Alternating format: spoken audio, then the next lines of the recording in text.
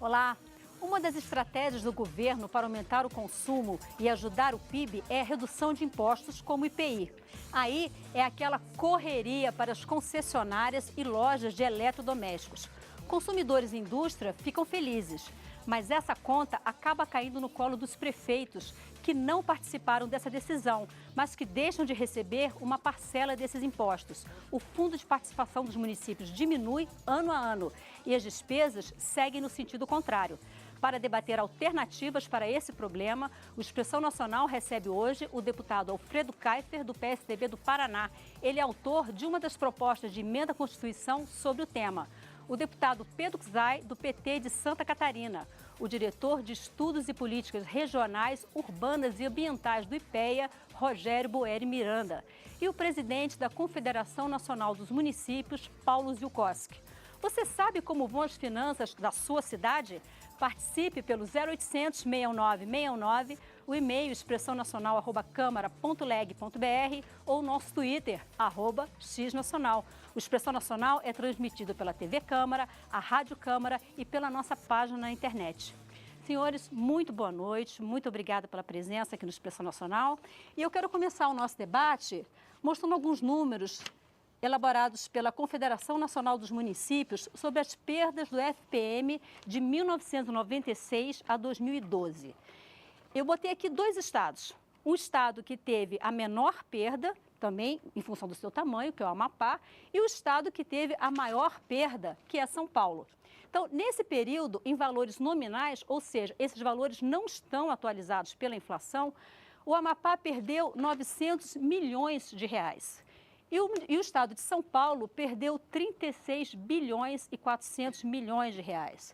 O Brasil, como um todo, nesse período, perdeu 274 bilhões de reais. Segundo a CNM, se esses dados tivessem sido atualizados monetariamente pela inflação, esse valor de 274 estaria em torno de 450 bilhões de reais. E essas perdas, elas se devem basicamente ao fato de o imposto de renda e o imposto sobre produtos industrializados terem diminuído a sua participação na arrecadação tributária geral, que vem crescendo ano após ano e anos após anos bate novos recordes. Então, para começar esse nosso debate, eu gostaria de ouvir o presidente da CNM, Paulo Zielkowski. Sr. Paulo, eu gostaria que o senhor explicasse um pouco mais esses números sobre essa perda que decorre do IPI e do imposto de renda que perderam a participação no bolo geral da arrecadação tributária. Boa noite, Maristela, companheiros aqui de debate, senhores deputados, nosso economista Rogério, está aqui conosco, telespectadores. Olha, muito complicado de tentar, resumidamente, explicar toda essa história do Fundo de Participação. Diga-se de passagem que o FPE, que é o Fundo de Participação dos Estados, tiveram uma perda um pouquinho menor, porque eles têm 21,5% desse bolo e os municípios 23,5%. Mas se aproxima também esse montante, quer dizer que os entes subnacionais, os estados e os municípios tiveram uma perda corrigida que hoje chega a quase R$1 trilhão, se colocarmos em valores reais. Bom, essa perda ela vem a decorrer de várias situações quando comparada. A primeira é que em 88, com a Constituição, houve um processo que começou a se chamar de descentralização no Brasil. E esse era o objetivo, né? Descentralizar e aumentar a arrecadação dos municípios. Nós pulamos de 11,5% para 19,5% da receita disponível no ano de 88 com a Constituição. Depois, o que aconteceu? O governo federal, os sucessivos governos federais e o Congresso Nacional, porque aqui convém logo delimitar, tudo isso que existe não foi o Executivo que fez, sozinho. Teve sempre a participação do Legislativo, tanto nos governos Sarney, Collor, PSDB, PT, todos participaram da mesma forma. É uma construção junto com o Congresso. Foram criando as chamadas contribuições que não são partilhadas. E aí o que ficou na base da partilha? IPI, Imposto de Renda, que é do Fundo de Participação. Então, a maior sangria foi essa, quando como você colocou, que aumentou muito a arrecadação, mas diminuiu a nossa. Por quê? Um dos fatores é esse quando se compara no total da arrecadação. O segundo é internamente, quer dizer, no próprio IPI, que ele é regulatório, né, o governo federal tem esse condão pela lei, também votada pelo Congresso, diga-se de passagem. O Congresso autorizou o Executivo a fazer isso. Isso não é comum a um governo, a um presidente, não. Isso vem sempre com o apoio da maioria do Congresso, vem sistematicamente renunciando à arrecadação, Por quê? Porque a metade do IPI, do imposto de renda, pertence a estados e municípios. Então, mais recentemente, com a crise de 2008 agora, nós tivemos uma perda muito agressiva, né, e com vários impactos nos municípios do Brasil. Além da diminuição da arrecadação, que desempregou muita gente, só agora, de 2008 até esse ano 2012, foram 77 bilhões do Fundo de Participação, que foi diminuído em função da renúncia, com base, inclusive, em estudo da própria Receita e do TCU. Eu tenho alguns números aqui sobre essa questão da desoneração tributária e o impacto disso na distribuição de fundos, tanto do Fundo de Participação dos estados quanto dos municípios, mas eu queria falar um pouco mais sobre um ponto que o senhor tocou, que é a questão da criação de novos tributos, né, no caso das contribuições, e tributos que não são partilhados pelo governo federal com os estados e municípios. E aí eu quero ouvir o deputado Alfredo Kaifer, do PSDB do Paraná. Deputado, o Paulo Zuccotti comentou aqui que isso acontece não por uma ação individual unilateral do Poder Executivo, mas acontece porque recebe a concordância do Poder Legislativo. Qual é a sua avaliação em relação a isso? Por que o Legislativo, ao longo dos anos, vem agindo dessa forma? Não, ele tem sido beneplácito do Executivo. Na verdade, a iniciativa sempre foi do Executivo e tenho que concordar com o Paulo que o Parlamento sempre abençoou e referendou essas iniciativas. Se nós tivéssemos, nos últimos anos, o crescimento de IPI e de imposto de renda na mesma velocidade que nós tivemos a arrecadação das contribuições sociais, em 2013, o bolo de distribuição do FPM somente aos municípios estaria próximo de 100 bilhões de reais. Ou seja, digamos que a gente não tivesse criado PIS, COFINS, CSLL e CID, uma coisa assim, e tivéssemos nesse lugar ter incrementado na mesma proporção IPI e imposto de renda, nós estaríamos distribuindo certamente 30 bilhões, não é isso, Paulo? 30 bilhões a mais de dinheiro somente aos municípios e também proporcionalmente aos estados. Eu vendo isso, em 2009, ainda em 2009, eu protocolei esta emenda constitucional, que eu entendo que seria a resolução definitiva para compensar esse desequilíbrio que nós tivemos no decorrer desses anos. Em linhas gerais, a sua PEC propõe o quê, deputado? Em linhas gerais, ele prevê um pouco de aumento de distribuição de ICM dos estados para os municípios, mas eu até concordaria em rever isso, porque os próprios estados também estão sendo prejudicados na redistribuição do bolo tributário. Ele cresce um pouco a mais, incrementa um pouco mais IPI, imposto de renda, de 23 para 24, tá? Mas isso também eu diria que é irrelevante, mas o ponto central, o ponto-chave da minha PEC, ele traz as contribuições sociais no mesmo nível do IPI, do imposto de renda, para dentro do bolo do FPM. Ou seja, tudo aquilo que nós não distribuímos através desses impostos novos estaria dentro. Tá? Então, seria como se o IPI e o imposto de renda tivesse crescido na mesma proporção que PIS e COFINS cresceram nos últimos anos. Alguém vai perguntar, é um volume muito grande.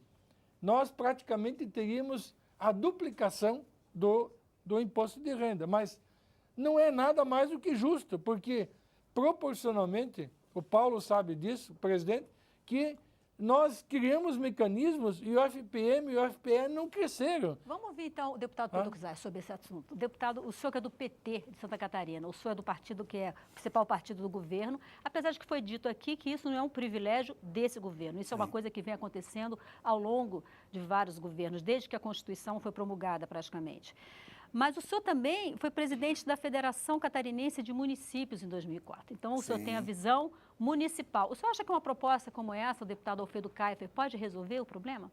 Eu estou extremamente interessado nesse debate e participo da comissão especial que está analisando esta PEC e, com certeza, o próprio deputado coloca uma questão aqui do ICMS e dessas questões específicas, como as contribuições sociais, incluir no bolo de distribuição para os entes da federação, é um bom e profundo debate.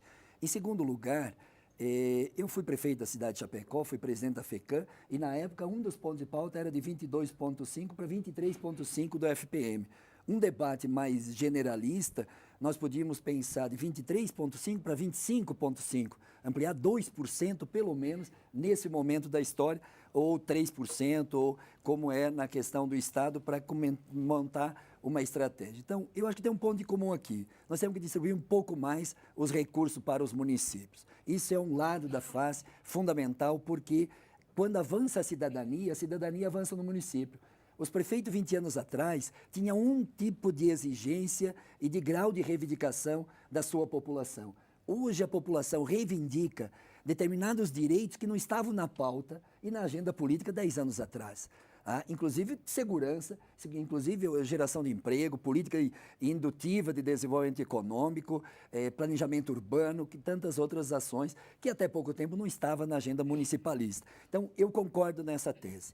De outro lado, nós temos que perceber a distribuição tributária no país, e não é à toa que o Congresso votou as políticas do PSDB ou as políticas do governo Lula e Dilma, numa perspectiva também de fazer frente a algumas questões centrais. Primeiro, diante do cenário internacional, tu tendo centralização de recursos, tu dá a resposta na macroeconomia. Segundo, parte dos recursos centralizados no governo federal, porque prefeito não gera em grande parte o emprego no país. Se isso fosse verdadeiro, a Europa estaria resolvida, só os prefeitos fizessem uma assembleia e resolveria o problema do desemprego, que metade da juventude é desempregada. Segundo, não faz política universitária, não faz política de ciência e tecnologia, não faz política macroeconômica, não decide preço do insumo agrícola, não decide do preço do produto agrícola, não decide preço nem o salário, nem a política de juro, a política de fronteira, a política de desenvolvimento, que é macroeconômica. Tu imagina, num período de crise, não ter crédito para o setor empresarial. Num período de crise, não ter crédito para expandir o processo de consumo. Então, de um lado, o município perdeu com a desoneração do IPI, mas de outro ganhou gerando emprego lá no município, não gerando milhões de desemprego no país. Portanto, o desemprego no país está lá no município. A desoneração do IPI, ela gera muito emprego naqueles municípios, naqueles estados que têm uma produção industrial forte. Então, São Paulo... Não necessariamente. Não necessariamente, porque o processo de desoneração de alguns setores, sim, mantém aqueles setores daquela cadeia. Mas toda a movimentação, eu compro um carro em Chapecó, não precisa ter concessionário lá. Eu vou lá usar o combustível no posto, vou lá pagar o financiamento na concessionária em Chapecó, vou lá fazer a mecânica, vou trocar o pneu em Chapecó, vou fazer o conserto em Chapecó. Ou seja, do movimento à economia. É uma opção política da macroeconomia com o mundo municipalista. Então, para a gente também desconstruir uma ideia que o município salva o Brasil. Isso é uma panaceia, uma grande mentira. Agora, de outro lado, o município está avançando a cidadania. Eu comecei meu discurso dizendo, tem que ampliar os recursos para os municípios, tem que ampliar a cidadania para os municípios, mas tem um processo que tem que ter o equilíbrio entre a macroeconomia... Senhores, antes de a gente começar o debate... Política de habitação e social é do governo federal. Deputado. Política de habitação é programa social. Bolsa Família é programa social. Eu queria explicar Só um minutinho. Então tem que construir esse debate, senão a gente cai numa facilidade de discurso que não resolve profundamente grandes questões que o país enfrenta também. Eu acho que nós temos um privilégio de ter aqui na nossa mesa hoje o Rogério Boeri Miranda, que é do IPEA, e que ele trabalha, diretor justamente da área de estudos e políticas regionais, urbanas e ambientais. Então foi colocado aqui, o deputado Pedro Guzai falou, a cidadania está nos municípios. A gente ouve muito aqui no Congresso Nacional, as pessoas moram nos municípios, as pessoas vivem nos municípios. É lá que elas apresentam efetivamente as suas demandas. Agora, o deputado Pedro Guzai falou também a questão de que a União precisa ter condições de fazer frente a crises internacionais. Mas muita coisa que foi feita no Brasil para fazer face à crise internacional foi justamente aumentar o consumo interno. Então, eu queria que você dissesse para a gente, na sua visão, o aumento, a criação de tributos que não são distribuídos, como as contribuições sociais que foram mencionadas aqui, e essa consequente redução nos repasses que são feitos para estados e municípios, você acha que isso aumenta, diminui ou não tem um grande impacto no desequilíbrio regional do Brasil? Olha, quando a gente olha os números da Secretaria do Tesouro, sobre a evolução das finanças municipais, a gente percebe que os municípios realmente estão passando um estrangulamento. A gente tem os números e vê que o que eles gastam com a máquina, a administração, cresceu menos do que os investimentos em saúde e educação deles. Então, isso faz com que eles realmente precisem de mais recursos. Por um outro lado, esse sistema que divide os tributos brasileiros em impostos e contribuições favorece um comportamento oportunista do governo federal, que quando faz o esforço arrecadatório maior, aonde não reparte, e quando tem que usar recursos de incentivo, que, como o deputado Pedro frisou, são fundamentais em momentos de crise, o governo federal tem que fazer a política anticíclica, etc., mas ele usa para isso recursos que ele divide com os estados e municípios. Então, quando os recursos vão ser para o governo federal, ele lança a mão daqueles recursos que ele não divide, ele aumenta a arrecadação daqueles que ele não divide. Quando ele vai fazer as benesses, faz com os recursos que ele divide. Então, eu acho que a PEC do deputado Alfredo vai no sentido correto. O governo federal tem que ter os recursos para fazer a política macroeconômica, mas também os municípios têm que ter os recursos para fazer as políticas sociais que estão na base do desenvolvimento socioeconômico brasileiro. Eu só não vejo como manter a mesma alíquota de distribuição, os 45% para estados e municípios, se não me engano, é 21,5 mais 23,5 mais 21,5. 45 mais 3 para o fundo regional. Então, incluir isso tudo no bolo de repartição, aí o governo federal sofreria incrivelmente nas suas finanças. A ideia que havia lá na reforma tributária, que não foi para frente, era botar tudo num bolo para tentar minimizar esse comportamento oportunista que o governo federal, às vezes, quando eu falo governo federal, como o próprio Dr. Paulo citou, não falo desse ou daquele governo. Sim. É um oportunismo de Estado mesmo. E reduzir a alíquota de repartição. Bota tudo num bolo, calcula-se quanto faz uma conta equivalente e reparte-se com uma alíquota, com uma alíquota de distribuição menor. Nesse cenário, eu acho que seria muito bom para o país, porque você defenderia os municípios desse comportamento oportunista e, por outro lado, você também não privaria o governo federal de recursos que são cada vez mais necessários, dado o panorama macroeconômico. Política macroeconômica. Eu queria complementar aqui o nosso economista do IPEA, Rogério, em alguns pontos.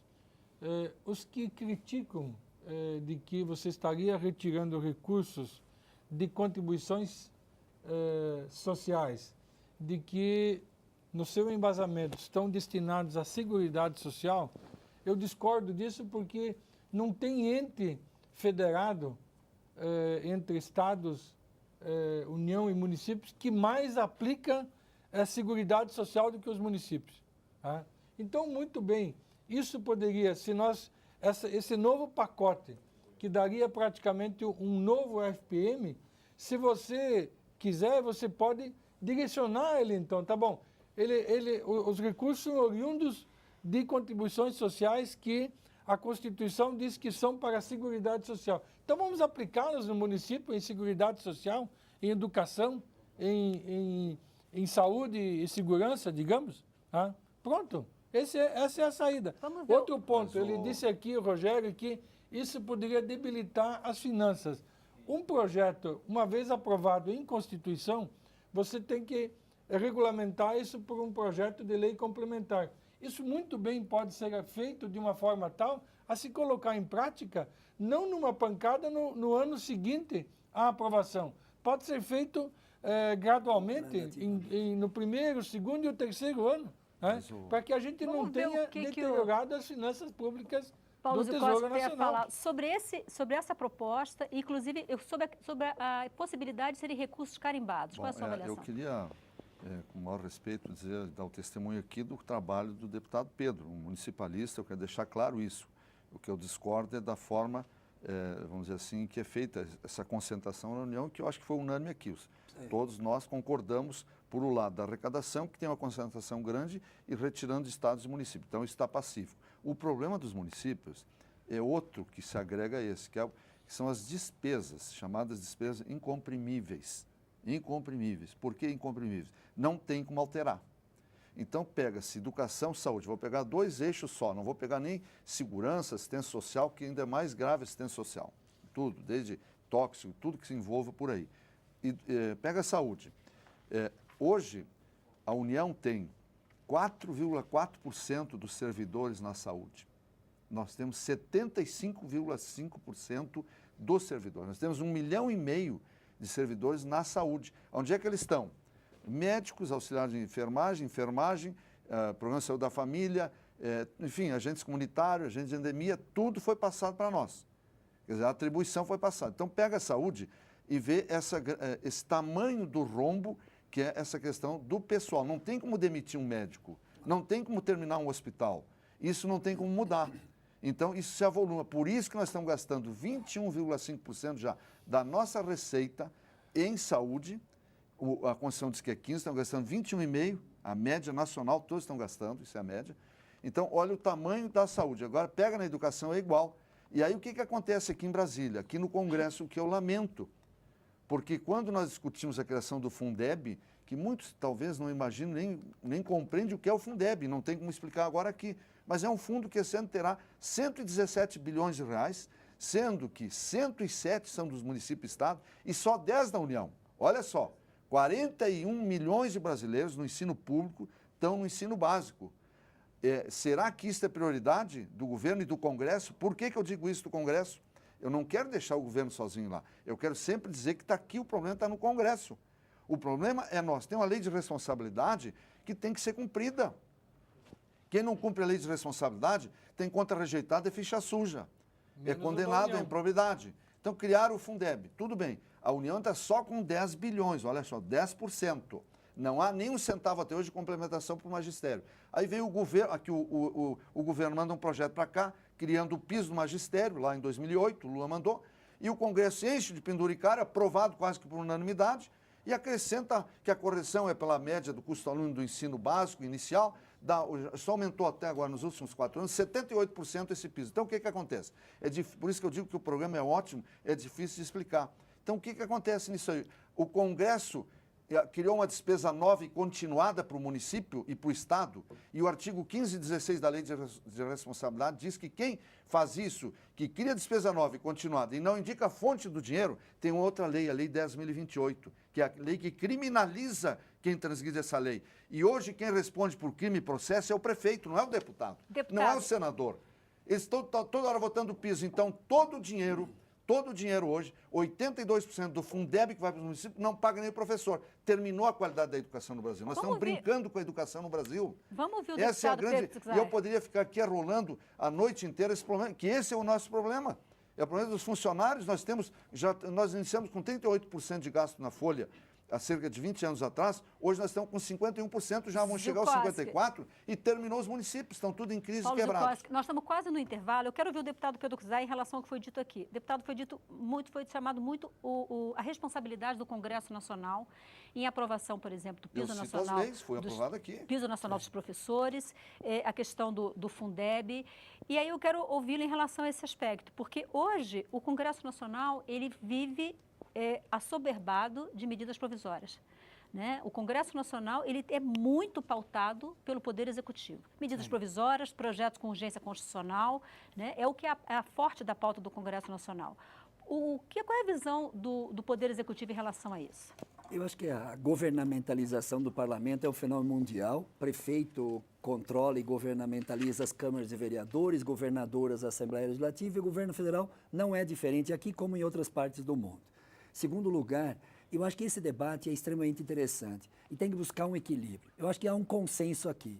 há necessidade de distribuir melhor os recursos arrecadados da União, da questão tributária e das contribuições. Eu acho que isso temos consenso.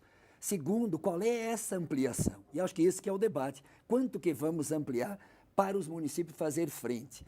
Terceiro lugar, eu acho que nós estamos votando agora o PNE, 10% do PIB para a educação. Votamos os royalties do pré-sal e o Fundo Social, que é uma contribuição nacional que vai ser destinado para a saúde, 25%, 75% para a educação. 5 anos só depois. Então, ao longo do tempo, mas estamos criando alternativas. Terceiro lugar, estamos discutindo ainda agora, no próprio PNE, o debate para que a gente ponha que a União compense o custo aluno ano, né, o chamado CAC, para os municípios brasileiros. Vamos ver se a gente vota no dia de amanhã, no mais tardar na próxima semana, e para dar um presente para a sociedade brasileira e para efetivamente fazer um grande investimento na educação brasileira. Então, eu acho que esse é um debate que tem que fazer na sociedade. Segundo lugar, eu estou muitos anos numa luta e que não consigo eco aqui no Congresso, porque tem a banca dos banqueiros, e infelizmente não consigo eco nem nos movimentos municipalistas. Não consegue, sim. Não Nós conseguimos, estamos não. amanhã, às 4h30, com o ministro mas Mantega. Mas Esse vamos é ver o qual é a projeto luta. aqui, deputado. Qual é a luta? Qual é Do essa LISE. luta? Esse é o projeto. Eu já tentei Amanhã. na Confederação Nacional, não tivemos espaço lá, só fui na Frente Nacional dos Prefeitos, que é o imposto tudo. sobre imposto sobre serviço de arrendamento mercantil, ou seja, o leasing de arrendamento mercantil. De 2008 a 2012, foram comercializados equipamentos, caminhões, carros, em forma de lease de arrendamento, em torno de 405 bilhões de reais no país. Se põe de 2% a 5%, que é o ISS, nós teríamos uma grande soma de recursos para os municípios brasileiros. Mas, deputado, O estado nós do vamos Paulo do continuar Rio Grande do Sul é zero. concentrando, deputado. Não adianta aumentar a arrecadação. É que 10 tem uma municípios tese. do Brasil arrecadam 50% de toda o ISS no Brasil hoje, tem que se concentrar. E Concordo essa é com a o nossa seu projeto, tese. mas Então, essa é a mudar, nossa tese. Eu mudar a preciso fazer um natureza. intervalo. Então, a questão do leasing tem uma divergência na tese. Hoje temos consenso, eu, Paulo, onde que hoje ocorre. Tá? É um absurdo, chega a ser uma forma criminosa a arrecadação, Aí que não tem um arrecada. projeto desse aí, Sim, com o teu? e nós temos que resolver esses problemas também, que é descentralizar esses recursos, passar para os municípios do país, porque o Paraná, do Alfredinho, do Paulo do Rio Grande do Sul, do meu estado de Santa Catarina, é zero de Deputado. todas as máquinas, equipamentos de carro e caminhões comercializados. Eu Estou usando esses preciso- 3 estados, é zero de ISS. preciso Isso é um fazer um absurdo, intervalo. isso é um crime e, infelizmente, não temos eco, porque a banca dos banqueiros é mais forte aqui no Congresso. Eu preciso fazer um intervalo. Se você ainda não participou, ainda dá tempo, pelo 0800 6969, o e-mail expressonacional@câmara.leg.br ou o nosso Twitter, @xnacional. Na volta, a gente vai falar sobre a desoneração de impostos, como o IPI e o impacto que isso traz para os municípios e para os estados brasileiros. O Expressão Nacional volta já já, não saia daí.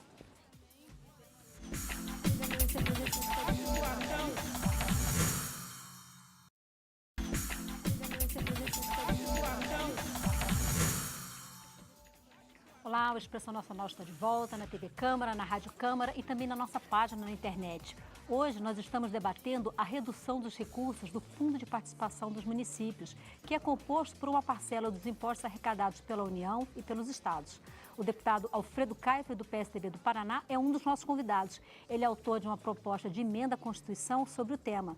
Também estão aqui comigo o deputado Pedro Czai, do PT de Santa Catarina, o diretor de Estudos e Políticas Regionais, Urbanas e Ambientais do IPEA, Rogério Miranda, e o presidente da Confederação Nacional dos Municípios, Paulo Zielkowski.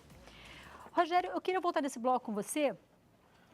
Eu tenho aqui um dado do TCU que mostra que de 2008 a 2012, em valores nominais, sem atualização monetária, os municípios perderam quase 62 milhões de reais, bilhões, em função da política de desoneração praticada pelo governo federal, com o objetivo de incentivar alguns setores da atividade econômica.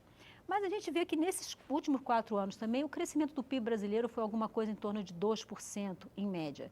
Então, diante desse pequeno crescimento do PIB e do impacto que essa desoneração trouxe para os municípios brasileiros, você acha que essa política de desoneração, vale a pena? Olha,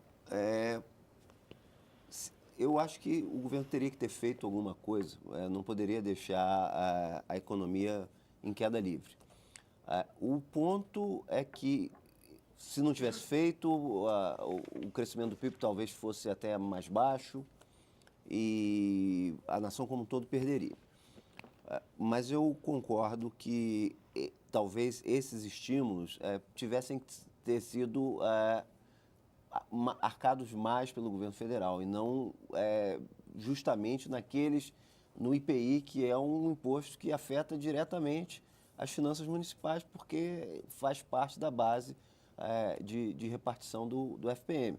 Então, o governo tentou atuar na política macroeconômica com maior ou menor grau de sucesso e, se acontecer de novo, vai fazer de novo, porque todos os países do mundo, quando se defrontam com uma crise de magnitude grande, como foi o caso da crise financeira internacional, os governos tomam atitudes.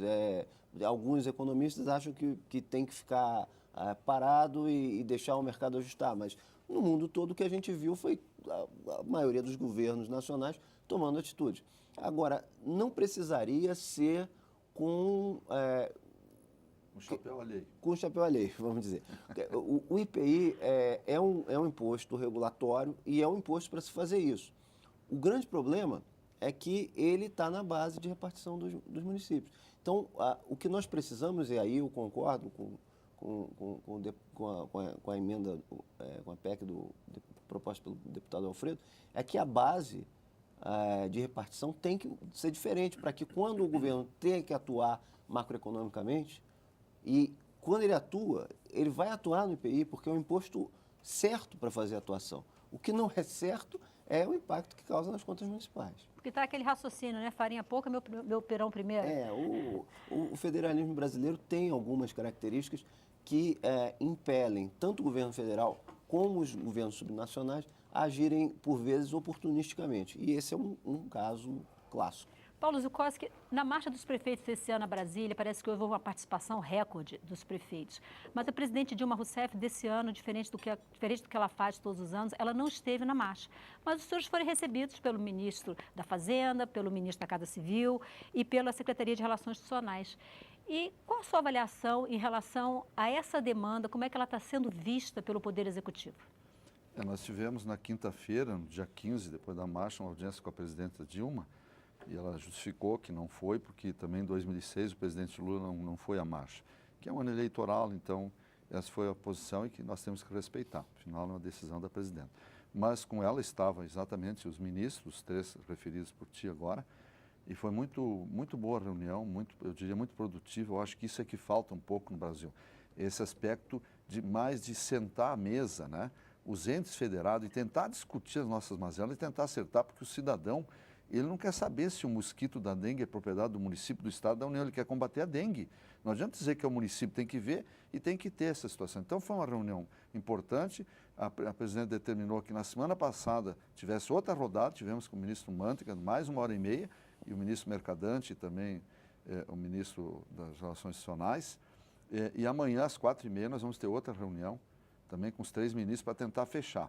Eu estou vendo com bons olhos, né? Lógico que nós não podemos ter ilusão que vão resolver o problema, mas é um problema muito importante a reunião de amanhã, porque assuntos como o do ISS, do próprio FPM, dos programas, aí que está o problema dos municípios, são os 390 programas que o governo tem feitos não por lei, por decretos, resoluções, portaria, que não são corrigidos, foram feitos há anos, 10 anos, 15 anos, e o valor vai até hoje. Quanto é a merenda, por exemplo, por dia, a refeição para uma criança? 30 centavos.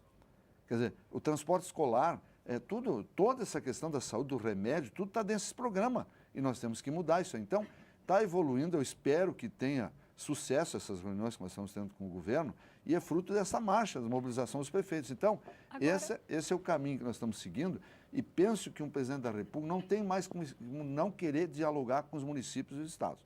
O braço executor, a presidente Dilma queria fazer, eu disse a ela, 6.000 creches, vai conseguir fazer 1.000. Por quê? Por que não faz assim? Será que o prefeito não quer fazer a creche? Ele quer fazer a creche. Só que o problema do Fundeb, ele financia R$300 por mês para um aluno de creche de turno integral e ele custa 1.000.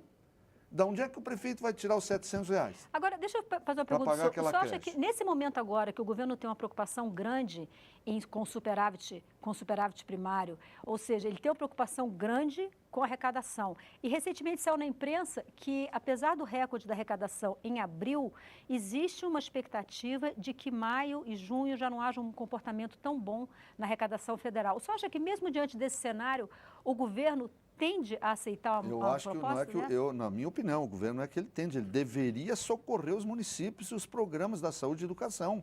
Ou ele quer mais gente na rua? Por que a população está saindo da rua?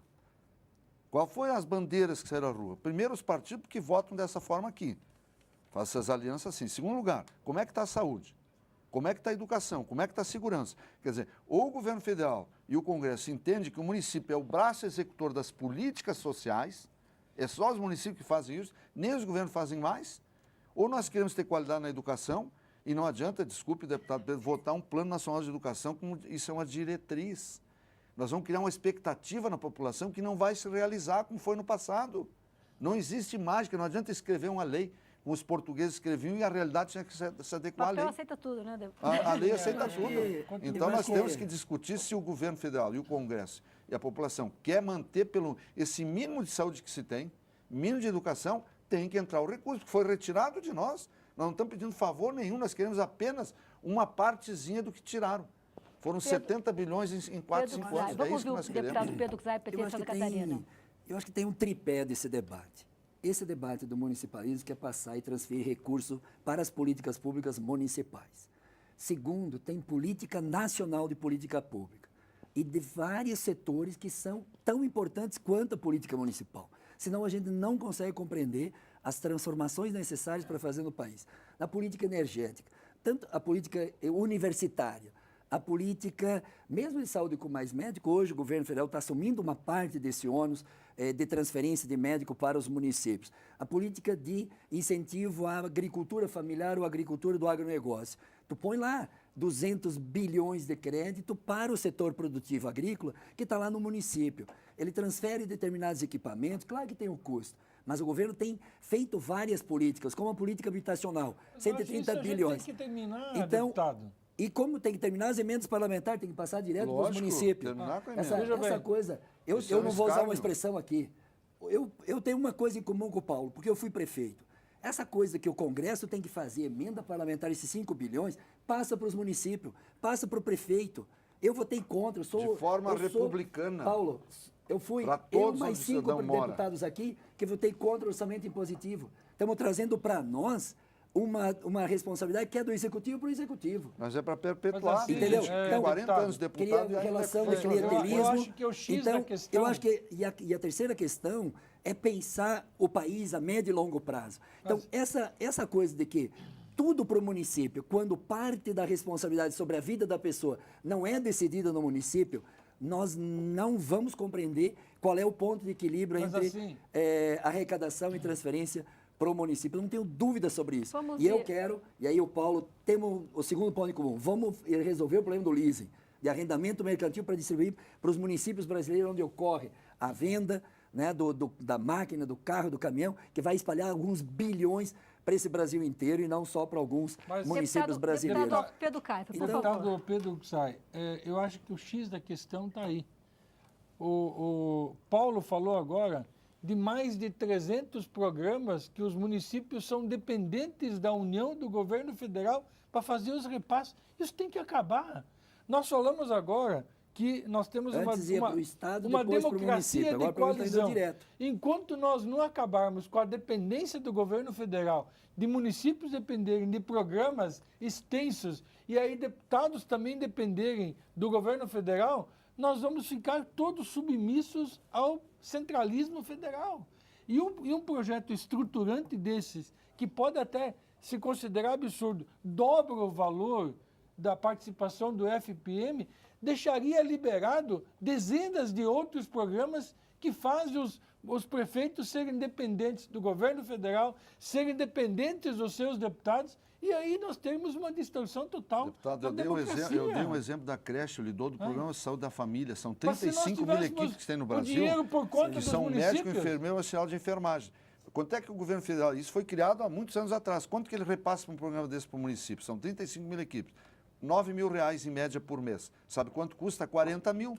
O município não dispõe de receita disponível para poder pagar essa diferença, porque não foi nunca mais corrigido. Pois é, mas nós temos Então, que como é que acabar nós vamos com fazer isso, com Paulo. toda essa situação? Nós Não, essa dependemos, crítica nós os temos de prefeitos acordo. Nós temos dependerem de acordo. dezenas e dezenas de projetos que o governo federal vai lá e aí o prefeito faz com que os gabinetes, nós deputados, sejamos despachantes dos prefeitos. Tem que acabar. Um projeto estruturante desse que tem que ser implantado Não, Fred, para isso que nós você temos não... Porque plena você não concordância. tenha que depender de dezenas e dezenas de Senhor, projetos. Então, por isso que o Vamos- absurdo que eu vamos- escutei aqui, Ah. diz que em 30 anos um deputado me disse que foi a maior lei, a melhor lei do Congresso, foi votar o orçamento O Mas eles orçamento nem positivo. votaram até agora, não Mas teve nota, vamos- ainda não vamos tem votar. positivo. Vamos voltar aqui ao nosso orçamento positivo, outra discussão. Eu quero ouvir o isso. Rogério Miranda, do IPEA. absurdo. Rogério, existe uma outra proposta de tramitação aqui na Câmara, que é do deputado Wilson Filho, do PMDB da Paraíba. Ele muda os critérios de distribuição dos recursos do FPM. Hoje, 10% vão para as capitais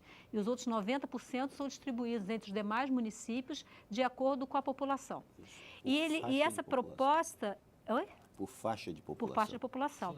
Essa proposta Isso é dele importante. aumenta o volume de recursos que vai para os municípios menores. Esses 90%, essa distribuição dos recursos, ele aumenta o que vai para os municípios menores. Você acha que dar mais recursos para os municípios menores pode ser uma alternativa, inclusive para melhorar o desequilíbrio regional? Eu acredito que sim. Agora, eu sou veementemente contra as faixas populacionais.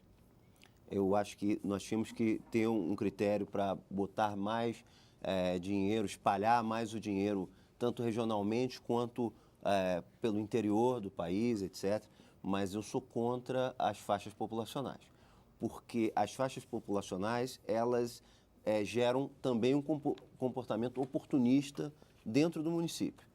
Porque se você tem um município com 11 mil habitantes, você tem um determinado FPM para esse município. Se você rachar esse município em 2 de 5.500, quando você somar, o coeficiente é diferente e a soma do FPM que vai para os dois é maior do que a do município anterior. Então, isso gera uma demanda por divisão municipal. Eu não estou dizendo aqui que não deve haver divisão municipal. Em alguns casos, pode ser necessário. Distritos municipais são pungentes economicamente, precisam de administração local, tudo bem. Agora, boa parte das demandas para a divisão municipal vem do fato que os municípios vão se apropriar, ambos, o município pai e o município filho, vão se apropriar de uma parcela maior do FPM. Então, é um incentivo financeiro inapropriado. Eu acho que você distribuir mais para os menores não é um problema. Embora eu acho que o problema sério do FPM é com os municípios que não são capitais, mas que são muito grandes. Nós temos um estudo do IPEA de 2006, se não me engano, meu e do professor Gasparini, que a gente mostra que os menores FPMs per capita na federação são municípios grandes e que não são capitais. Doutor, só uma parte, Pois não. para esclarecer um pouco. O senhor falou antes, nós já colocamos, que o IPI é um imposto regulatório, né? Isso. O FPM é um fundo equalizador. Ele é redistributivo. E por que a natureza dele é redistributiva? Quanto menor, mais recebe. Por quê? Porque ele não tem na sua população valor agregado nenhum. por isso Ele não tem indústria, ele não tem desenvolvimento. E tem 4.300 municípios no Brasil que são de perfil agropecuário, que estão sustentando, inclusive, commodities e outras coisas, e que não tem base para cobrar IPTU, nem ISS, nem ITBI, porque nós só cobramos esses 3 tributos. Então, o FPM exatamente vem em socorro dos pequenos. Ele é redistributivo. Quanto menor, mais recebe, para poder dar curso. E outra coisa, no município do interior, o custo para atender uma criança que está 20 quilômetros, 100 quilômetros, é maior do que um concentrado. O que está mal é lá no ICM, lá sim, que é outro problema que não foi abordado aqui, que é a maior injustiça que tem, que é o valor adicionado fiscal, que tem esses privilégios em 3, 4 cidades do Brasil, em detrimento de todo mundo. Então, lá Nós tem que haver vivemos esse mexida, problema. porque lá não tem como redistribuir o ICM. O ICM é uma coisa... Então, o FPM, só para concluir, ele é distribuído por faixa de 0,2. O município de 10.188 habitantes, ele tem 3 cotas 0,2. Não adianta dizer que ele vai baixar, como tem projetos aqui do próprio IBGE, o projeto está lá no Senado, querendo votar do Viana, e nós estamos contra. Por quê? Porque não adianta você tirar, querer diminuir para 0,5, por exemplo, até 5 mil habitantes. Por quê? Porque aquela cota não vai para aquele município, vai para o outro grande, que é São Paulo, não dá bola para o FPM. Mas, doutor Paulo, o ponto não é baixar o que os pequenos ganham. O ponto é acabar com as faixas. Você pode fazer um novo arranjo que você não prejudique os pequenos, porque realmente eles não têm base econômica para ter arrecadação e as populações desses municípios ficariam desguarnecidas. Isso é um fato. Agora, o outro fato é que não tem muito cabimento, o esquema de faixa gera comportamento oportunista. Se o senhor pegar... Mas não tem mais emancipação no Brasil, né, deputado? Mas tem uma lei. Eu quero tocar nesse assunto, deputado Pedro Cusai. Eu tenho aqui uma série... Deputado Pedro Caio. O presidente já vetou. Eu tenho aqui, senhores... Que automaticamente geraria 400 novos municípios. Senhores, um minutinho, por favor. Eu tenho aqui uma série de perguntas que nós recebemos dos telespectadores e eu quero passar essas perguntas para a gente encerrar o programa, mas eu queria ouvir o Paulo Zukoski rapidamente sobre uma questão que foi colocada aqui de maneira geral. O Congresso Nacional aprovou uma proposta que define novas regras para a criação de municípios, que foi integralmente vetada pela presidente Dilma Rousseff e está no Congresso para analisar o veto, se derruba ou se mantém o veto da presidente da República. Rapidamente, qual é a sua opinião sobre isso? Olha, a questão da emenda 15 de 96 tirou a competência de Estado para legislar sobre criação e incorporação de municípios e disse que uma lei complementar iria regular, que é essa que está em discussão, a lei complementar. Só que no artigo 18, parágrafo 4 da Constituição, foi colocado na emenda 15, lá em 96, que é do catarinense, o Espírito Amin, que quando houver o plebiscito, quem tem que ser ouvido não é a área diretamente interessada, e sim toda a área envolvida. O Estado do Pará quis criar 2 estados lá, morreu no plebiscito. A área emancipanda tinha 99% do apoio. E os outros não. Então não existe mais emancipação no Brasil. Não é nem nessa lei que estão discutindo isso aí. Não é nessa lei. Está lá na Constituição e não está na lei. O plebiscito terminou, porque tem que ouvir a cidade inteira. Eu acho, viu, só para concluir, eu acho que no Brasil ainda cabe, principalmente no Norte, deveria inclusive ser incentivado a criar município pequeno. Eu defendo no Norte, algumas regiões. O que não dá para fazer uma lei como essa, que ela permite, tranca tudo, tem que ter isso. Você pega uma cidade, que nem no Rio Grande do Sul, Canoas, tem uma BR no meio, você pode separar um para cá e fazer 2 cidades. 2 municípios hoje, por esta lei que estão votando. Quer dizer, não é isso que vai ser. Nós temos que discutir com mais seriedade a divisão territorial do nosso país. Senhores, senão, do jeito que está, não vamos fazer, não chegar a lugar nenhum nunca. Eu tenho uma série de perguntas aqui, queria que vocês fossem bem objetivos na resposta, nós estamos quase terminando. O deputado Alfredo Kaiser Miguel, de Quitandinha, no Paraná, ele diz, por que não é feita uma investigação com os prefeitos em relação a obras superfaturadas? Bom, isso eu colocaria hoje, fazer um registro aqui, o que eu modificaria do projeto original da PEC 416 que eu propus em 2009. Eu excluiria o aumento do ICM, porque os estados também estão precisando de mais recursos, então transferir, eu acho que não seria o ideal. Eu ficaria só dentro das contribuições sociais para elas integrarem o FPM. Eu aplicaria, já que a Constituição diz que as contribuições sociais têm que ser aplicadas em Seguridade Social, eu colocaria um parágrafo onde eu aplicaria isso em saúde, educação, segurança e assistência social. Tá? E terceiro, eu criaria em todos os municípios mais uma emenda dentro desse mesmo escopo, a criação dos observatórios sociais, que seria um instrumento muito grande para o poder civil das cidades fiscalizar os prefeitos. Eu acho que a investigação é uma coisa que tem que ser feita, mas ela foge do assunto aqui. E só para complementar... Mas eu quero dizer, deputado, que nenhum de nós aqui concorda com corrupção. Se tem prefeito roubando, tem que ir para a cadeia. Tem que ir para a cadeia, sim. Ninguém está Mas não discutindo está no bojo em da 5.500. discussão É uma atualmente. pergunta que olha veio. só, eu tenho aqui mais perguntas e aí Vai pra cadeia. eu recebi duas contribuições aqui que criticam o Congresso Nacional em relação à reforma tributária que nunca foi feita. Uma é de Valdomiro Trento, de São Paulo. Ele diz que precisamos de uma constituinte exclusiva para fazer a reforma tributária. E a outra é de Rildo Alves de Oliveira, de Desterro, na Paraíba. Ele diz o Brasil cobra muitos impostos e só deixa a população mais constrangida. Mas não é a reforma tributária que vai resolver, a reforma fiscal. Há uma confusão. Você tem que primeiro conceituar a diferença de uma e da outra. A reforma tributária é para aumentar mais a arrecadação ainda. Nós temos que ver a questão federativa. A PEC 406 é uma mudança drástica no Pacto Federativo, coisa que realmente nós precisamos. Eu sou favorável de constituinte exclusiva para a reforma tributária e para a reforma política. Sem constituinte exclusiva, nós não vamos fazer reforma tributária. O Pacto Federativo essa é a mãe e a avó de todas as reformas, a reforma do Pacto Federativo, que não existe. Agora, deputado, uma grande parte dela. Deputado Pedro Czai, eu já tenho aqui uma manifestação contrária à sua proposta em relação ao leasing. É de Maria Cristina Rodrigues Gonçalves, ela é de Uberaba, Minas Gerais. Ela disse assim... discordo do deputado de Santa Catarina, que está sugerindo a tributação de ISS sobre leasing. Não concordo, pois a carga tributária já é estratosférica. Não entendeu. Mas já é cobrado hoje. É cobrado. Então, só que é cobrado por uma meia quer dúzia. distribuir para a origem dos municípios. Claro, hoje é cobrado, por exemplo, Barueri, em São Paulo, que é a sede da financeira. Onde é a sede das financeiras de leasing, arrendamento mercantil, que vai concentrar. É um paraíso fiscal. Porque nem cobram. É lambança, é criminosa.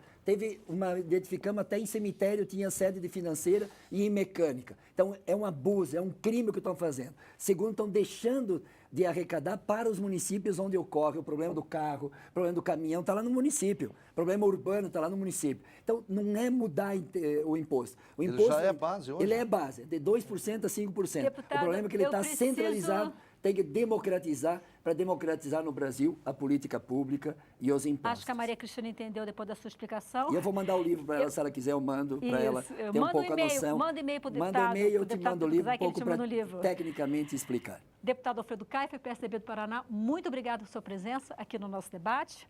Rogério Miranda, diretor do IPEA, muito grata também por sua presença. Deputado Pedro Czai, PT Santa Catarina, mais uma vez, muito obrigada aqui no Expressão Nacional. E Paulo Zilkowski, da CNM, muito obrigada e desejo boa sorte nas negociações com o governo federal.